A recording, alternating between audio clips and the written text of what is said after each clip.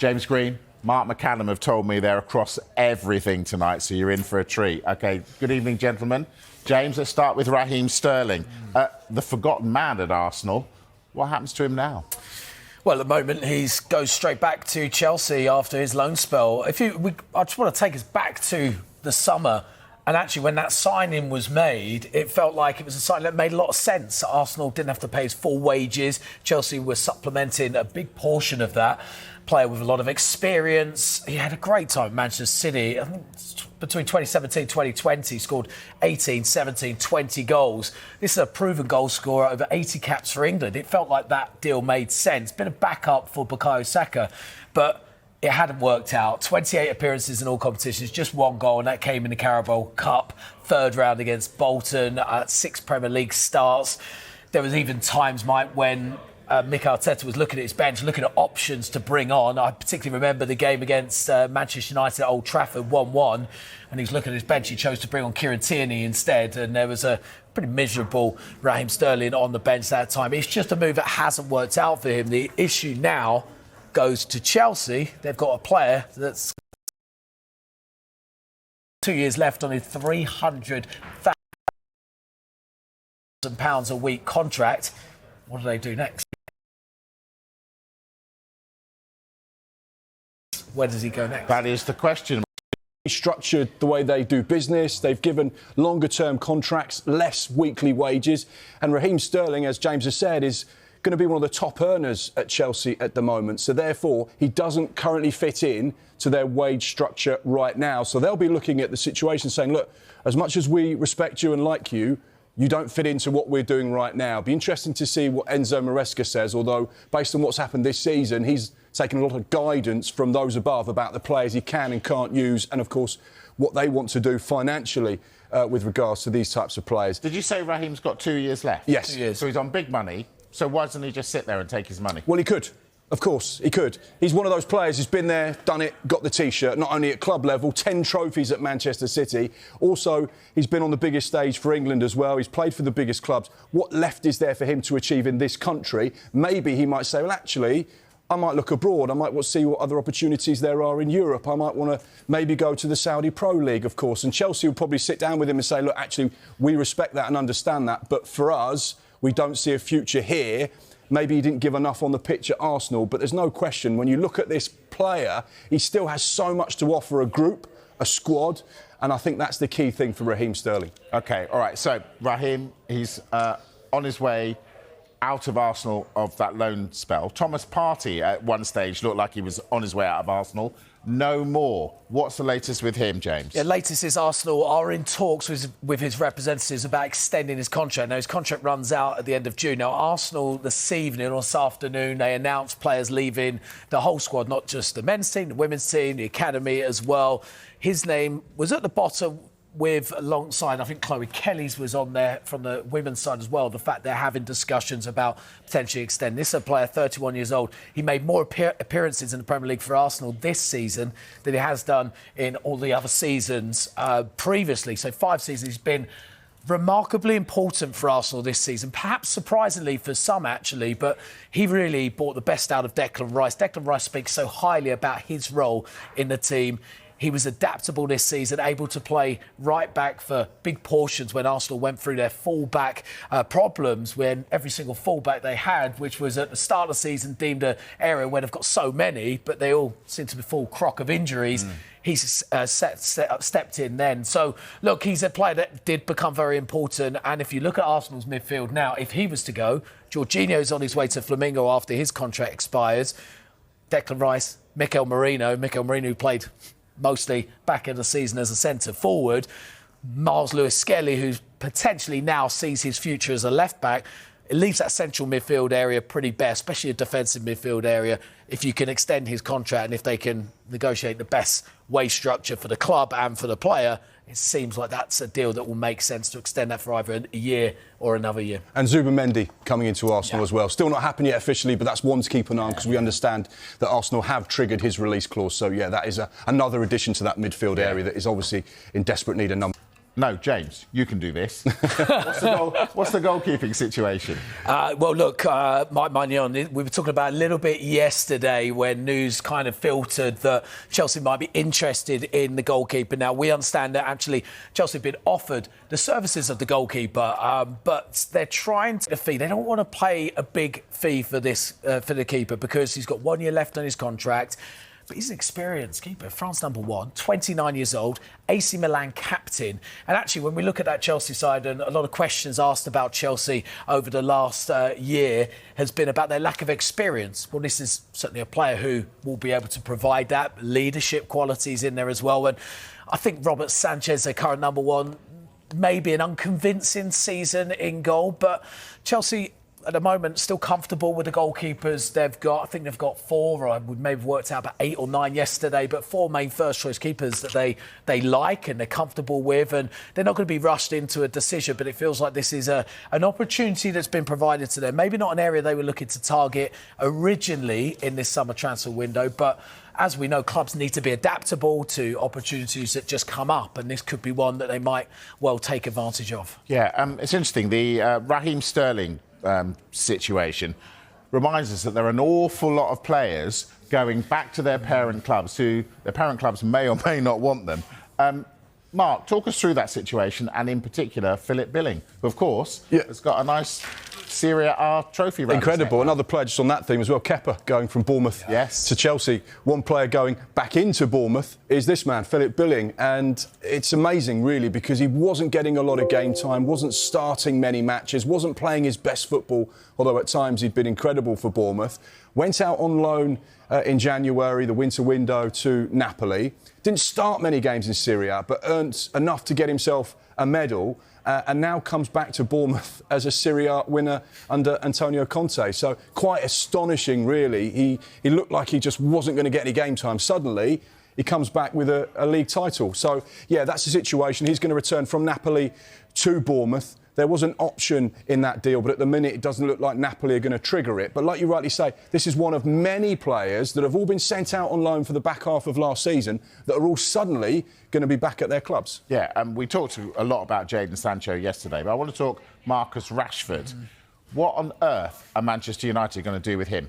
Well, this is, again, another one, isn't it? And I think we look at Rashford, we look at Sancho, you look at Anthony. I think we might get on to Anthony a little bit. But you look at where loan signings actually work well. Look, he had no future at Manchester United. Ruben Amorim made it very, very clear he didn't want him part of the first-team squad. Actually very different to the Anthony situation, where Anthony was included in pretty much the majority of Amorim's squads. But then he's gone on to have a really positive loan spell with Aston Villa. In particular, that second leg at Villa Park against PSG, I thought he was utterly phenomenal. That was the best of Marcus Rashford. And he shows that he's got something still to give. But he's back at Manchester United. He's got a contract, I believe it's till 2028. 200k a week he's on. Manchester United are looking to offload. So the options are really, is someone going to come in and pay £40 million, which seems to be the fee that's earmarked for Marcus Rashford, or is someone going to come in and want to loan the player and pay his 200k a week wages? That's the options he's got. But right, it's so where... Talk me through the mechanics of this then. How does it work? If you're someone who's interested in Rashford, do you just sit tight and wait and wait and wait until Manchester United are desperate to get rid, so you get the best deal? Is that how it works? Absolutely. If you walk into Manchester United and say, we want to take Marcus Rashford, they're going to say, you've got to pay all of his wages and you've got to give us £40 million. Full stop. And that's if you want him now. If you want him now. In 4 weeks' time, that might change. In 6 weeks' time, that might change. 2 or 3 days before the deadline closes at the end of August, it will be a very different deal. That's why you've seen players like Jadon Sancho go from Manchester United to Chelsea, or Raheem Sterling go from Chelsea to Arsenal, where you've got Chelsea and Manchester United playing huge chunks of their wages, because actually it's better to shift 50% of the wages off the bill instead of keep paying 100% and not really have them involved. So therefore, this is where a lot of clubs will sit tight over the course of the start of this window. You see clubs like Liverpool who go into the market. They've got targeted players. This is what we want. This is where we're going to go and strengthen. And these are the players that are going to add to our squad. And for those other players that may be a little bit further down the list, they'll just go, well, let's just wait and see. there's not going to be huge numbers of clubs coming in for Marcus Rashford right now because, as James has said, £40 million, £300,000 a week, that's a tough deal to do for most clubs. So therefore, there's only a very small group of clubs that can entertain that kind of finance. So they'll just say, well, let's just wait and see. And then they'll make their move. So at the minute, there will be one price, but in 6 weeks' time or 10 weeks' time, that price will change. And, you know, as I was mentioning, Amorim made it pretty clear he doesn't see Marcus Rashford as part of his plans moving forward. So, again, clubs can go, right, let's take a step back. We've got time on this because they're going to want to offload him. They want to offload his player. We're going to try and get the best deal possible. So it's a massive game of chicken, is what you're telling me. Yeah. So always. Anthony's back at Manchester United. Same for him, is it? Yeah, same situation. Obviously, he got to the Europa Conference League final of Real Betis. Was starting week in, week out, was scoring, was putting on social media how much he was loving life in Spain. Away from United. And therefore, you know, he was making all of those right noises. But this is a player that Manchester United invested around £80 million in, and they're paying him handsomely as well. They are going to want to recoup as much of that as they possibly can. My information is that Manchester United are open to all types of offers for Anthony, but you know that Real Betis are not going to get anywhere close to £80 million. So therefore, is one of those back in the building for the moment, but let's see how things progress. And that's the key with a lot of these players that go back to their parent clubs. How do they get on? What does the manager see? Do they start pre-season with the right type of attitude? Do they show something in those early pre-season training sessions and games where they say, OK, this is a clean slate? And that's where it could get quite interesting for some of these players. Yeah, be good. All right, welcome back to the Transfer Show. We're going to talk Manchester City now, and I want to talk Jack Grealish. Mark, what's the latest on Grealish? Well, the information we're getting here at Sky Sports News about Jack Grealish is he's not going to be going to the Club World Cup. And I think that is a massive signal to the rest of the footballing world that Jack Grealish is available. You just have to look at his game time over the course of the last few weeks and months. He's been a bit part player. And Pep Guardiola, on a number of occasions, has opted to use younger players, inexperienced players, more defensive players, when actually you think most people would say, well, Jack Grealish right now, he could impact this game. He could change and transform this match and the outcome of this. So therefore, you have to just say, based on that evidence, based on what we know, this is going to be a really interesting summer for Jack Grealish. We know he's on huge money. He's the first £100 million player in the Premier League. What City get for a player who costs them £100 million who doesn't play in their side? They're not going to get close to 100 million for him, but this is a player that's still full of talent. He's still got a lot to give. We've seen glimpses of it this season. I think he's playing for England in that more central role and actually looked brilliant in that central role for England, just behind the forward. I think he's going to have plenty of suitors, but it's just a big shame, isn't it? You know, I don't know whether that's because I've got my British hat on, that I want to see British players really perform, really do well. But like Mark said, there were so many moments last season where Pep Guardiola looked at his bench and chose youngsters or defenders over him. And we saw it, I was mentioning with Mikel Arteta looking at Raheem Sterling and ignoring him. Pep Guardiola's doing the same with Jack Grealish. I think there'll be plenty of suitors for Jack. I think he's got a lot to give still. The problem is wages. But it's the same problem. Yeah. We've got it with so many players at the moment. Raheem Sterling, Jadon Sancho, Jack Grealish, Marcus Rashford. Yeah. They're all big hitters. They're all earning big money. So therefore, you're going to need a Man City to do a little bit of the heavy lifting. Or you're going to have to find a club, maybe in the Saudi Pro League, that says, don't worry about the wages, we can offer you more and we'll take you on and we'll pay what Manchester City want. To answer your question, what's he worth? You'd have to say 40 million, maybe. Something like that, similar to Marcus Rashford. He's 29 years old. He's still got time on his contract at Manchester City.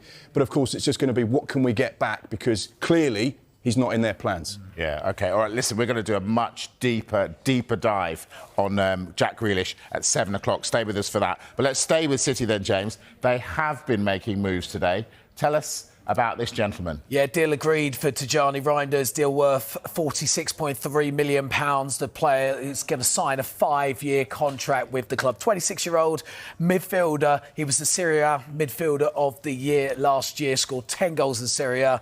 He's creative, and there's this hole in the midfield of Manchester City, as you well know, Mike, a certain Kevin De Bruyne-shaped hole, and this is one way of starting to fill it. I don't think you can't replace Kevin De Bruyne, of course, but he's certainly going to be a big part of doing so. Netherlands international too. And this is the first one that looks set to come in before the 10th of June deadline, which means he will be available to play at the Club World Cup. City, of course, have said they are going to strengthen. They have an interest in Ait-Nouri from Wolves and also Ryan Cherki as well. Is that enough? Well, it's interesting because you're getting this feeling in the window at the minute that Manchester City want to play at the transfer table. They want to bring new players in. They want to add to the squad. And there's a number of players that are being linked with this. But that contrasts what Pep Guardiola says. I want to work with a small squad. I want to work with a Well, it means tight people squad. have to go, Mark. And therefore, yes, people will have to go. And even Pep Guardiola has said as much as, if this is a big squad, I'm not going to be here. You know, I need to work with what I work with. So you'd have to say, we've spoke about Jack Grealish, but there is likely to be a number of big-name departures from Manchester City. One player that fits into that remit of coming out on loan, Kyle Walker, coming back to the football club. What do they do with him? He's another one in that bracket. Yeah. And he would be on big money as well. So therefore, they are going to be fascinating to watch over the course of certainly the next few days to the window, closing on the 10th. But then after the Club World Cup, what do they do? Who does he use in the Club World Cup? What players are involved? Because you'll start to see the rebuild that started in January take shape for that mini-tournament. Right, listen, I want to race through. Race through. Race through. I'm going to let you talk as much as you like at 7, but I want to talk Heung-min Son. Yeah. Are Spurs really going to let their talisman go? Yes, if the right offer comes in. He's been at the club for a long period of time, delivered that trophy, remarkable situation, he's a real fan's favourite. He is someone that absolutely symbolises everything that football club is about. One of my favourite images of the season was him and his dad hugging after they won the Europa League. He's an outstanding player, he's a team player, he's given everything to that football club for a number of years. Now, the situation as we understand it, and this was a story that broke on Sky Sports News earlier today, Spurs would listen to significant offers for Son. However, he turned down the Saudi Pro League last summer. He wanted to stay. Turned out to be the right decision. He rejected them. The thing is, he's 33 years old. He's got 1 year left on his current deal. So it's an interesting one to keep an eye on. But the club say, look, if you decide you're ready for a new challenge, we're not going to stand in your way, providing the money is right. So they have basically put the ball in his court and said, it's up to you. We've got that much respect between us that if you feel it's time, it's time. Tell us why it won't happen now, though. Well, it's not going to happen now because they've got a tour of Asia to go to. He, off the pitch, is so important to that football club, and the deal's not going to happen before that tour takes place. When they come back, maybe it happens. Just on Sonny, look, it's 7 goals last year, real drop-off in his performances. Age does carry, that's the case. His electric pace has been so key to his success, and maybe he's just dropped off that level. And at the Premier League, we know that you drop off a little bit, as Kyle Walker discovered, who was probably the fastest defender we've probably seen in the Premier League. It can really make a difference. So, look, I'm surprised by it, but then when you look at it, his age, 33 in July, maybe it's the time. And by the way, just to throw a curveball in there, left-hand side player, potentially departing. There's a left-hand side player we were talking about just a second ago, Jack Grealish. Maybe that's a nice fit. Oof, there you go. Quick word about Kirkes at Bournemouth. You're telling me that they're cool losing all their top players. They can't be cool losing this one as well. No, of course, Bournemouth hierarchy don't want to lose any of their stars, but they understand it's part of the project. Now, this is a name that people have been talking about, Liverpool fans have been talking about for what feels like weeks and months now, about a potential move to Anfield. Situation is very much as it was yesterday. No formal club-to-club contract, but we know that there is a growing confidence within the towers at Liverpool that they can get their man. Normally, when we hear those types of noises, it means there's been some kind of dialogue between Kirkes' representatives and Liverpool to suggest, look, yeah, we can find some common ground with the deal, with the wages, with the package. Now it's about going to Bournemouth and saying, right, what do you want for one of your star players, a man that started 38 Premier League games out of 38 last year, key player for Bournemouth, joined in 2023, cost a significant sum as well, so they're not going to want to sell him on the cheap. And having already sold Howson, Bournemouth don't need to sell any players, so the ball very much in their court. All right. Casi a producto nuevo por semana, producto bonito que, por supuesto, pues siempre Invitamos a la gente a que consuma, si queréis encontrarlo en kingsleague.pro, pues ahí tenéis las nuevas chaquetas training y también esas camisetas especiales con detalles dorados que llevan todos los equipos. Oye, ustedes tendrán más memoria que yo, pero ¿cuánto quedaron la última vez que se enfrentaron ellos? 3-4 ganó 1K.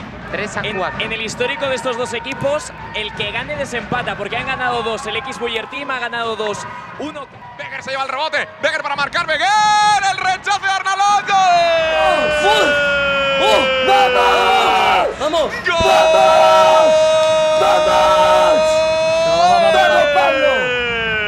¡Qué suerte! Mascarra en el Cooper Arena. ¡Gol de Pablo Beger! Toro físicamente. ¡No será capaz! Ruger. ¡No! ¡No será capaz! ¡Qué cabrón! A ver Si salen sacan dos. más de 3, se quedan sin trabajo. Mira, ¡Hombre! muy bien. ¿Cómo Bien. valoran el trabajo? Bien. Ahí está ese ataque por parte del X-Boyer Team. El toque dentro de Beger. Puede marcar Carbó. ¡Gol! ¡Vamos!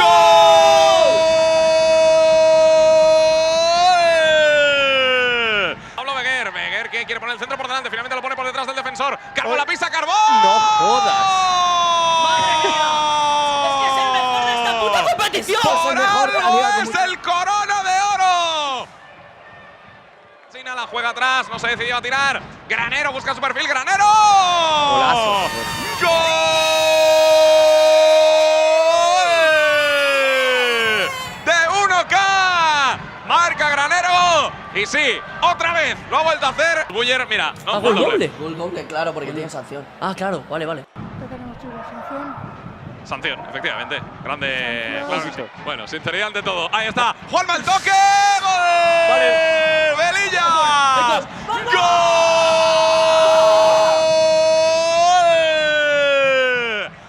Balón que lleva ahí Pluvins el disparo. ¡Gol! Vale.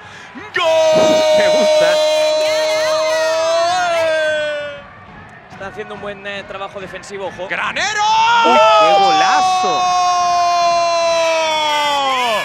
¡Qué chicharro de Mar Granero! ¡Qué barbaridad! El recorte de zurda y el disparo con la derecha.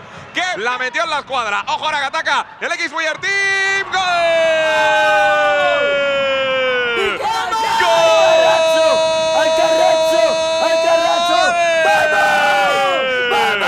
¡Del X-Boyer Team! Va a pegar Fuad en la falta. ¡Santa madre de Dios! Sí. Vamos a ver Total. ahí esa pelota dentro del área para Juanma que lo puede matar. ¡Gol! 2 de Juan.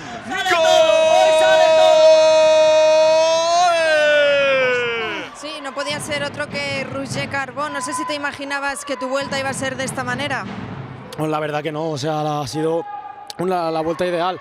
Hat-trick, partido de octavos y mañana jugamos cuartos, o sea, ha sido ideal.